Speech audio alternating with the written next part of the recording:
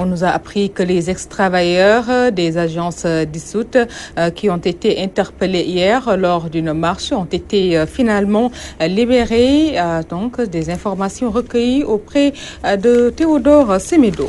5 cas de vol ont plongé les enseignants et parents d'élèves dans un désarroi total. L'école Cité Radio a reçu 5 fois la visite des brigands. La dernière était de trop. C'est pourquoi enseignants et parents d'élèves dénoncent l'insécurité et le laxisme des autorités. Dans ce reportage de la Les enseignants de l'école Cité Radio, les parents d'élèves et élèves vivent un calvaire. Au total, 5 cas de vol ont été enregistrés en quelques mois. L'insécurité et le mal que se partagent les 3 écoles qui sont aux alentours de l'école de formation des instituteurs de Rufisque. L'inquiétude des enseignants est grande. Nous évaluons le vol, si nous considérons donc des caisses de manuels, des livres, l'appareil photo aussi, qui numérique, nous pouvons estimer ça à des centaines de mille. Oui, cette école n'est pas sécurisée vraiment parce que les pans du mur sont tombés. Donc c'est laissé à la merci de tous ces bandits et ces délinquants. Ils font ici donc un lieu de leur prédilection, le jour comme de nuit. Ils fréquentent donc l'école. Donc il y a un problème de sécurité. Du côté des parents d'élèves, la situation a trop duré. Voilà 5 ans que les 3 écoles n'ont pas de gardien, pas de mur de clôture. Une route traverse l'école. L'école a un passage pour les populations. C'est un peu dangereux. Alors nous demandons aux autorités vraiment de nous aider sur ce point-là. Nous interpellons en premier chef le maire de la ville qui se trouve être un inspecteur de l'éducation. Donc il est le premier interpellé pour qu'il nous vienne en aide. Nous sommes fatigués. C'est le 5e vol dans cet établissement. Ce qu'il faut également dire dans l'école Cité Radio, c'est la présence des boutiques Café Touba. Cette boutique fonctionne presque toute l'année durant. Pour beaucoup, la boutique qui regroupe des Baïfal est source d'insécurité. Le laxisme de l'autorité est-elle une source de tous les problèmes? Rufisque Naïsania et Télévision Al-Fadjiri. Najib Sagna à Kiambouk, les populations ont de nouveau arboré les brassards rouges et battu le macadam pour réclamer des emplois, de l'eau, de l'électricité, en poste de santé et le désenclavement de leur localité, entre autres exigences qu'elles ont parlé dans cette correspondance de Tiernodaf. À Tchambor, les populations ont remis ça de nouveau, mais cette fois, c'est pour exiger des emplois. Un village comme Tchambor, un assez grand village, les jeunes restent sans travail. Vraiment, ça pose problème. Mais il y a de l'emploi ici. Il y a de l'emploi parce que, voyez les camions, c'est les Chinois même qui conduisent les camions. Alors que, les fils du village, restent sans travail. Ça pose problème. Donc, sur tous les emplois ici, on n'a employé aucun fils de Tchambor. On n'a employé aucun fils de Tchambor. Jusqu'à présent, on a employé. J'ai fait des démarches. J'ai allé voir les agents de la Géroute, mais jusqu'à présent, ils n'ont rien réagi. Les populations fustigent de nouveau le manque criard d'eau dans leur localité. Cette eau-là que les Chinois nous donnent, cette eau, il y a beaucoup de rouseuses et les insectes. On boit de l'eau qui n'est pas consommable, quoi. Vous allez la chercher où? On puise depuis aller faire les forages des Chinois, etc. Il paraît que les Chinois même interdisent l'accès de l'eau aux femmes. Oui, les gens se lèvent à 5 h du matin ou bien à 6 h du matin pour aller au puits pour puiser de l'eau. Les camions pour servir les villageois, quand les Chinois voient les gens amener de l'eau, ils les interdisent de faire ça, quoi. Les Chinois nous interdisent d'accéder de l'eau dans les villages. Autre motif de colère réaffirmé des populations, l'enclavement de Tchambor. Le village reste enclavé parce qu'on n'a pas de route. Le problème de route, ça pose problème. On n'a pas de route pour sortir. Nous sommes enclavés avec l'autoroute à péage et l'aéroport AIBD. Le seul possible de mode de transport, c'est les Jakarta, c'est les motos Jakarta seulement. Non, on n'a pas de poste de santé. Pour mettre fin à toutes ces difficultés, les populations promettent des actions plus radicales et plus musclées à brève échéance. Mbour Gueye, Radio Télévision Walfadjri, Thierno Daf. Thierno Daf, mauvaise répartition des structures sanitaires, ressources réduites, une absence d'équipement, entre autres préoccupations des élus locaux de la région de Louga. Il a participé à un CRD sur la carte sanitaire et sociale de la région. Ces élus locaux exigent aussi la dissolution de ces manquements. Correspondance depuis Louga, Omar Kay. Le maire de la commune de Mbédiène dénonce une injustice dans la répartition des postes et centres de santé au niveau de la région de Louga. Cette commune qui se trouve à 12 km de cette capitale régionale ne compte qu'un seul poste de santé pour 30 000 habitants. Un déséquilibre qu'il dit ne pas comprendre. Vous voyez une commune de 25 000 habitants qui a 6 postes de santé. Vous voyez une autre commune qui a 30 000 habitants qui a un seul poste de santé. Et vraiment cela, je pense que c'est une inégalité, une injustice que le gouvernement doit réparer. On voudrait vraiment que le gouvernement puisse vraiment mettre toutes les communes sur le même pied d'égalité et regarder les populations et ne pas regarder d'autres considérations. Après Tchernodien, autour de l'édile de la commune de Keur Momar de prendre la balle au bon. Sa localité est dépourvue d'un centre de santé et d'infrastructures pour les cases de santé. Pour se faire soigner, nous sommes obligés d'aller à Louga, Richardson ou même à Saint-Louis, parce que Keur Momar n'a pas de centre de santé. Les autorités étatiques nous avaient promis de nous en construire un, mais rien n'est fait jusqu'à présent. Nous avons des cases de santé, mais elles ne fonctionnent pas parce qu'il n'y a pas de suivi ni de personnel qualifié. L'absence d'ambulances adaptées aux pistes rurales constitue également une préoccupation chez les élus locaux présents lors de ce CRD. Dans une commune de 87 villages, qui a un seul poste de santé et sans ambulance, et les femmes, vraiment, en allant mettre au monde, le font au niveau d'une charrette. En tout cas, en 2016, on ne le croyait pas en tant que jeune. Les services de l'État sont dotés de voitures. C'est bien, mais quand même, il y a une urgence au niveau du monde rural. Reconnaissant ces déséquilibres soulevés par certains maires, le médecin-chef de la région médicale de Louga indique que des réajustements vont être opérés entre 2016 et 2020. Le colonel Mamdemba Cissé invite toutefois les collectivités locales à s'impliquer davantage dans le renforcement des ressources humaines.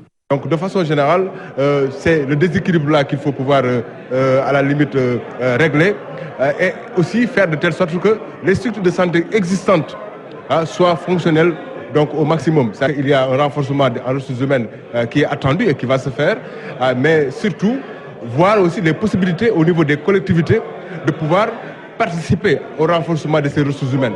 Parce que il est quelquefois de la mesure, en tout cas de la possibilité de certaines collectivités locales d'avoir une sage-femme dans un poste de santé. Les maires de Mbédiène et de Keur Momar et le médecin-chef de la région médicale ont tenu ces propos à l'occasion d'un CRD sur la carte sanitaire et sociale de Louga qui couvre la période 2016-2020. Oumar Kairé, Louga, Walfadjri. Quelques millimètres de pluie enregistrés dans le Saloum. Les paysans ne dorment plus et s'interrogent sur la qualité des semences et l'absence de l'engrais qui, chaque année, affecte le rendement. Ils interpellent ainsi le gouvernement qui verse dans le dilatoire pour la mise en place des intrants. Voyons plus clair avec Amadou Limay. L'hivernage s'installe petit à petit et la campagne agricole se prépare activement dans la capitale du Saloum. Au marché Guédiou, où les agriculteurs se rendent pour s'approvisionner en semences, les avis sont partagés sur la qualité des graines. Nous tous habitons au fin fond du Saloum. Nous sommes venus au marché pour acheter de bonnes graines, car les semences de l'État laissent à désirer.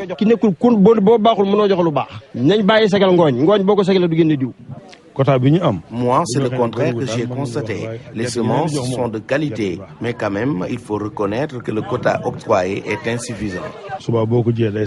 L'autre désaccord entre les agriculteurs réside sur la qualité des engrais.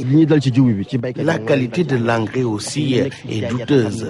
Nous sommes des paysans et nous savons de quoi nous parlons. Il y a trois sortes d'engrais. Celui que l'on distribue actuellement dans le monde rural est pour l'arachide. Je suis sûr que c'est de qualité. Le secrétaire général du syndicat des paysans du bassin arachidier reconnaît les imperfections notées par les paysans sur les semences et les engrais. Les semences sont de très mauvaise qualité dans la mesure où ces semences qu'ils ont mis sous le soleil, je l'ai toujours dénoncé, et ces semences-là qu'ils sont en train de donner aux paysans. Et en fin de compte, ces semences-là, quand on va les semer, ça ne va pas donner des bons semis. L'année dernière, on avait vu de l'engrais importé. Donc si on revient encore aujourd'hui pour nous dire que l'engrais n'a pas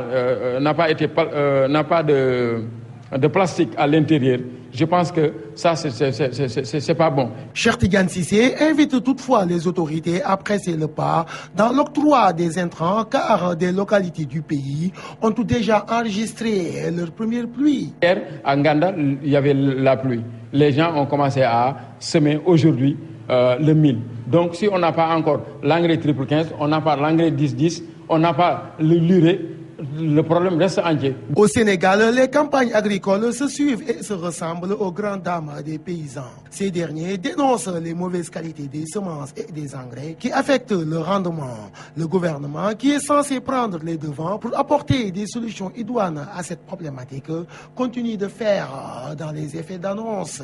Amadou Limbaye à Kaolack, Walfadjri. Amadou Limbaye, le syndicat des routiers affiliés à la CNTS-FC authentique de Bahaodiong récuse la démarche du secrétaire général de l'Union des routiers du Sénégal, Gora Khouma. Ses responsables face à la presse à Pikine ont aussi décrié le mutisme de l'État avec la concurrence déloyale des taxis clando sans licence interurbain. Mansour Ndir est le chargé des revendications. Ses propos sont recueillis par Théodore Semedo. Je le cite nommément Gora Khouma. Ce qu'il fait dans le transport, c'est illégal. S'il dit que les chauffeurs ne doivent pas payer des redevances, il les met en conflit avec l'État. Je demande aux autorités de prendre leurs responsabilités concernant l'encombrement anarchique avec les voitures clando qui n'ont aucun document de pour faire du transport. Gora Khouma fait du chantage aux autorités qui doivent vraiment prendre leurs responsabilités. Après ces propos, nous allons parler de la grâce présidentielle qui devrait être accordée par nécessité et non par des calculs politiques. Propos de Aïssata Tall Sall, la députée socialiste, s'est prononcée en marge du vote du projet de loi portant sur l'augmentation du nombre des membres du Conseil constitutionnel, suivant ces propos qui ont été recueillis par Birama Ndiaye. On a même polémiqué, je suis désolée de cette polémique, d'autant plus qu'elle était inutile. J'étais en train de lui dire que pour moi, l'exercice du droit de grâce, qui est un pouvoir discrétionnaire du président de la République, même s'il ne peut pas être un pouvoir arbitraire, que la libération conditionnelle qui est déterminée et arrêtée par un juge, que la liberté provisoire ne saurait être des mesures de désengorgement des prisons. Les prisons, pour les désengorger, c'est une bonne politique pénitentiaire qu'il faut. Il faut en construire. Malheureusement, on n'en construit pas. Mais ce n'est pas parce qu'on ne construit pas des prisons qu'on va aller utiliser d'autres mécanismes qui ont vocation à régler d'autres types de problèmes pour dire qu'on va vider les prisons. Ce n'est pas sain, ce n'est pas conforme à la loi et ce n'est pas bien. Voilà ce que j'ai voulu rappeler au garde des Sceaux.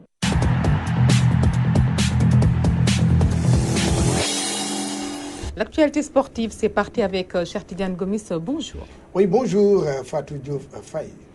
Football Coupe de la Ligue pour débuter. La finale de l'édition 2016 qui oppose Djambar et Dakar Sacré-Cœur se jouera dimanche. À Dakar Sacré-Cœur, la confiance est de mise. Oui, effectivement, l'équipe de Dakar Sacré-Cœur est prête à affronter celle de Djambar pour la finale de l'édition 2016, la Coupe de la Ligue. Ablaye Sy et ses hommes estiment mériter leur place en finale. Une raison pour ne pas démériter face aux académiciens de Sali. Reportage signé Nafi Amar Fall et Doudou Dabo.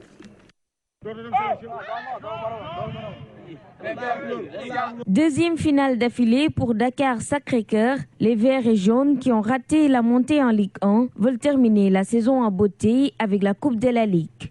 Refaire la même chose que de ne pas perdre le match. Pour terminer ça, la saison en toute beauté, on a raté le coach et c'était la montée. Les objectifs c'était la montée, on l'a raté. Quand on a su qu'on a raté la montée, ensuite on s'est penché à travailler le groupe pour l'année prochaine.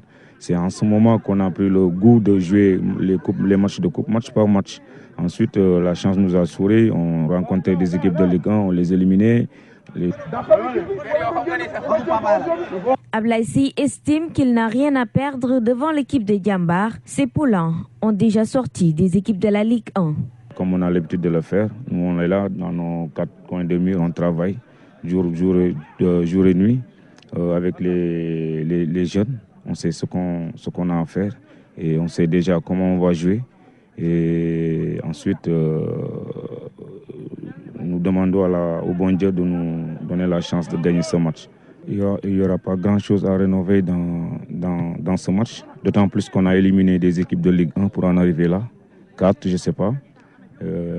C'est une source de motivation pour en découdre avec eux. Après le revanche sur la Douane lors du trophée des champions en début de saison, les joueurs ont envie d'un deuxième trophée dans l'année. On est bien motivés pour cette fois parce que l'autre fois, on a perdu une finale qui nous a fait mal. On s'est tombé sur une grande équipe qui est l'AS Douane. On a répété la même chose, on est qualifié en finale cette année. Cette année, je peux vous dire, on fait de nos mieux pour rapporter la coupe, Inch'Allah. Dans le foot, il n'y a pas la peur. Parce que quand il y a peur, il faut arrêter de jouer. Ce dimanche, Dakar Sacré-Cœur va s'affronter avec Djambar pour la Coupe de la Ligue. Une finale qui reflète la Ligue sénégalaise de football, Ligue 1 contre Ligue 2. Nafia Marfal, merci. Toujours dans l'actualité sportive du football Euro 2016, début des quarts de finale ce jeudi, n'est-ce pas? Oui, effectivement, Fatou Dioufay, 2 jours ont suffi aux férus du ballon rond de rester sans football. Et c'est la reprise de l'Euro 2016 demain avec les quarts de finale qui débutent avec un match entre la Pologne et l'équipe du Portugal. C'est entre 2 meilleurs buteurs européens, Cristiano Ronaldo, le Portugais, et le Polonais Lewandowski. Et ça va continuer durant 4 jours non-stop. Vendredi, Pays de Galles va jouer contre Belgique. Et samedi, ne le ratez pas, c'est le match Italie. Et dimanche, la France joue contre Islande. Le tournoi qualificatif de Rio, le coach des Lions a choisi ses 12 joueurs pour manier, n'est-ce pas? Oui, effectivement, on est dans le dernier virage du tournoi ou bien de la préparation des Lions du basket en route pour le tournoi qualificatif de Rio 2016. Et là, hier, donc le coach, ou bien, si vous voulez bien, le sélectionneur national des Lions du Sénégal, Porfirio Fisac, a publié donc la liste de 12 joueurs pour ce tournoi. Regardez, voici les joueurs. Tchernognon, Adama Luis Adams, Clevin Anan, Malay Ndoye, Antoine Mendy, Eladji Malik Ndiaye, Serigne Bamba Gueye, Maurice Dalindoy, Amadi Baro Ndiaye, Ibrahima Thomas, Abdoulaye Ndoye, Cheikh Tidiane Mbouch. Et rappelez que les Lions sont en ce moment en Espagne pour la préparation où ils poursuivre cette préparation et jusqu'au 30 juin, donc c'est dès demain fini, et ils vont donc attaquer le tournoi. Et cette fois-ci, du play-off dames, les demi-finales retour, c'est cet après-midi. Oui, effectivement. Oui, demi-finale, play-off retour. Et là, regardez bien, le Jaraaf de Dakar et la ville de Dakar, battus lors de la manche aller, doivent impérativement gagner aujourd'hui pour espérer donc label, c'est-à-dire le match d'appui. Pour se qualifier. Et si tel n'est pas le cas, si Duc et SLBC gagnent aujourd'hui, ils vont passer en finale. Donc retenez aujourd'hui au stadium Marius Ndiaye Jaraaf Duc, et à l'aller c'était les Duchesses qui avaient gagné 56-37 et AS Ville de Dakar et Saint-Louis Basket Club à l'aller, victoire des Saint-Louisiennes par 5 points d'écart, 53-58, et voilà les matchs retour à ne pas rater ce soir au stadium Marius Ndiaye. C'est tout pour le sport. Merci, cher Tidiane Gomis, pour cette actualité sportive. Et nous passons maintenant à la dernière ligne droite de ce journal avec la revue de la presse de ce mercredi 29 juin 2016. C'est parti avec Ousmane Sène.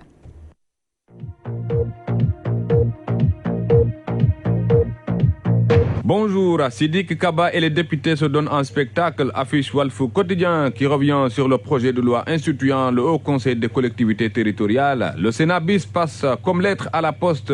Il renaît de ses cendres sous les habits du Haut Conseil des collectivités territoriales, analyse encore Charles Gaïkidienne de Walf Quotidien qui souligne que pour le budget de la nouvelle institution, le pouvoir entretient le flou. Pour le Conseil constitutionnel, les 7 sages héritent de la candidature de Karim Wade, signale Walf Quotidien. Encore, Sidiki Kaba invalide la candidature de Karim, révèle déjà le populaire. Pour être candidat, il faut jouir d'un casier judiciaire vierge. Reprend encore le journal citant le ministre de la Justice. Macky dribble Niass, renchérit alors enquête, parlant de la désignation des membres du Conseil constitutionnel. Avec les propos du ministre de la Justice, maître Sidiki Kaba, Cour constitutionnelle ou Conseil constitutionnel, le plus important, c'est de dire le droit, déclare le ministre. La loi portant organisation et fonctionnement adopté pour le Haut Conseil des collectivités territoriales, rapporte modestement Le Soleil. L'institution comptera 150 membres. La loi sur la parité sera respectée et le nombre des sages passe de 5 à 7 pour le Conseil constitutionnel, liste encore le quotidien national. L'Observateur revient sur le débat autour des motifs de la libération de Karim. La grosse colère de Maître Wade est dans le journal. Aucune mesure humanitaire ne peut être évoquée, déclare l'ancien président, repris dans les colonnes du journal L'Observateur. Le message du père au fils de Doha, Karim joint au téléphone des leaders politiques. En croire encore l'Obs, ces leaders joints par Karim Wade dans Grand Place qui parle de reconfiguration de l'arène politique. Manœuvre depuis à Qatar, titre le journal. Karim, Kable, Baldé, Gakou, Decroix, Mamour Cissé, Bassirou Kébé, entre autres responsables politiques joints par Karim Wade dans Grand Place. Pour les législatives de 2017, le Rewmi Quotidien liste ses membres joints au téléphone par Karim du Qatar. Karim Wade sonde l'opposition, titre le journal. Il câble Baldé, Decroix, Gakou et Mamour Cissé. En croire encore Rewmi Quotidien, relayé par là sur cette information concernant la remobilisation des troupes libérales. Karim Wade tire les ficelles depuis Doha, titre encore l'AS. Au nom du père et du fils, s'exclame Direct Info vers la mort programmée du Parti démocratique sénégalais authentique, et titre le journal. Et Daoucho, le billetiste du journal, d'ajouter qu'avec la sortie de prison du candidat libéral, le PDS va vers des mutations profondes. Une nouvelle formation est en train de prendre forme avec en toile de fond le retour en force des karimistes, ce qui certainement, avec la bénédiction du maître, risque de décréter la mort des libéraux authentiques. Conclut encore Daoucho dans Direct Info. Dans la tribune, saisine des immeubles de Karim et Bibo, les avocats de l'État indésirables à Paris, ils n'ont pas pu plaider au procès, révèle la tribune. Dans le Témoin, c'est encore une affaire de justice. Maître Moussa Bokar Thiam sur la condamnation de Bougaleb, l'avocat du policier condamné pour le meurtre de Bassirou Faye. Une très grande erreur judiciaire, déclare l'avocat, repris dans le colonne du journal Le Témoin. Spectacle parallèle au concert de Bercy, c'est dans le quotidien Wally, un sec en noir, titre le journal. Les avocats des promoteurs lui servent une mise en demeure. Son reliquat bloqué, rapporte encore le journal Le Quotidien. Dans les sports, le quotidien du sport, Stade, Sadio à Liverpool pour 5 ans. Je suis très heureux, déclare-t-il. Un rugissement repris dans les colonnes du Stade. Les conseils de Diouf à Sadio. Amara compare les deux joueurs. C'est à lire dans Stade, le quotidien du sport. À lire dans Sunulam lamb, le quotidien des arènes sénégalaises. Pour aspirer à la couronne de roi des arènes, l'acte 2 dans l'obligation de battre Yekini, titre le journal Sunu Lamb. Bonne lecture à tous. Pour cette revue de la presse qui met définitivement un terme à cette édition qui a été présentée, qui a été assurée du côté technique par Adjaratou Penda Dialogué et Ramatoulaye Sall Diop. Merci côté rédactionnel à Ousmane Sen, coin esthétique. Merci également à Abinour. Et à 14h, retrouvez Seydina Omar Ba pour l'édition en Wolof. Un grand merci à vous, chers téléspectateurs, d'avoir suivi ce journal. Votre fidélité, notre fierté.